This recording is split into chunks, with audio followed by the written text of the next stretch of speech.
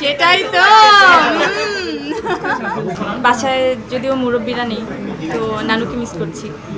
রোজার দিনে ওই নানু ভাইয়ের জন্য নানু ভাইয়ের মেমোরিজগুলোই আসলে বেশি মনে পড়ে, কারণ ওনার জন্য সেহরি বানানো, ইফতারের আয়োজন করা, সব কিছু ওনাকে ঘিরে ছিল। তো আমার তো উনি নেই, মনে হচ্ছে যে রোজাটা কেমন একটা ফিকে ফিকে লাগছে আর কি। উনি তো আসলে ডে বাই ডে মানে সবসময় ওনার চেঞ্জ হতো, কারণ মুরব্বী মানুষ ছিলেন। আর আমি যখন আমার প্রত্যেকটা রান্নায় উনি খুব মজা করে খেতেন। উনি একটু খেজুর, একটু চিরা, এই তো ওনার খুবই সিম্পল খাওয়া দাওয়া ছিল। আমি দুধ কলা ভাত বেশি পছন্দ করি, তো ওটা দিয়েই চলে যায়। ইফতারিতে আসলে মানে ওরকম ভাজা পোড়া আমার অনেক বেশি খাওয়া হয় না, কিন্তু খুব সবার জন্য আয়োজন করতে আমার খুব ভালো লাগে।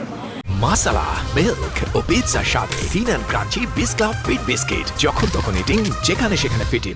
আমি শরবত টরবত দিয়ে ইফতারি করে ফেলি, খেজুর দিয়ে ইফতারি করে ফেলি, আমার কোনো আয়োজন নেই ওরকম। এই টুকটাক তো মজার, আসলে ছোটোবেলা থেকে এইসব ধরনের অভিজ্ঞতা আসলে সবারই থাকে, যে ভুলে একটা কিছু, বড়রাও কিন্তু মাঝে মাঝে করে যে ভুলে একটা কিছু মুখে দিয়ে ফেললো, তো এরকম তো হয়। এগুলো আসলে মজার এবং দুঃখেরও। আপাতত আমি আসলে একটা কাজে এসে অন্য একটা কাজকে আসলে ফোকাস দিতে চাই না। আমি চাই যে প্রপারলি যে কাজটার জন্য এসেছি ওই কাজটাকেই আসলে ফোকাস হোক। এবং আমার মনে হয় আমি প্রত্যেকটা কাজের সময় আপনাদেরকে পাই, তো এখনই হঠাৎ করে সব কিছু বলে দিতে হবে এমন কোনো তাড়া আমার নেই, আমার মনে হয়।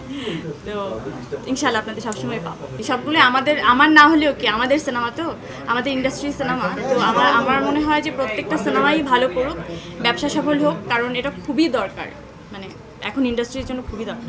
কম্পিটিশনের প্রথমে মনে হয় আগে মানে সবার প্রথমে থাকবে প্রিন্স, তারপর দেখা যাক।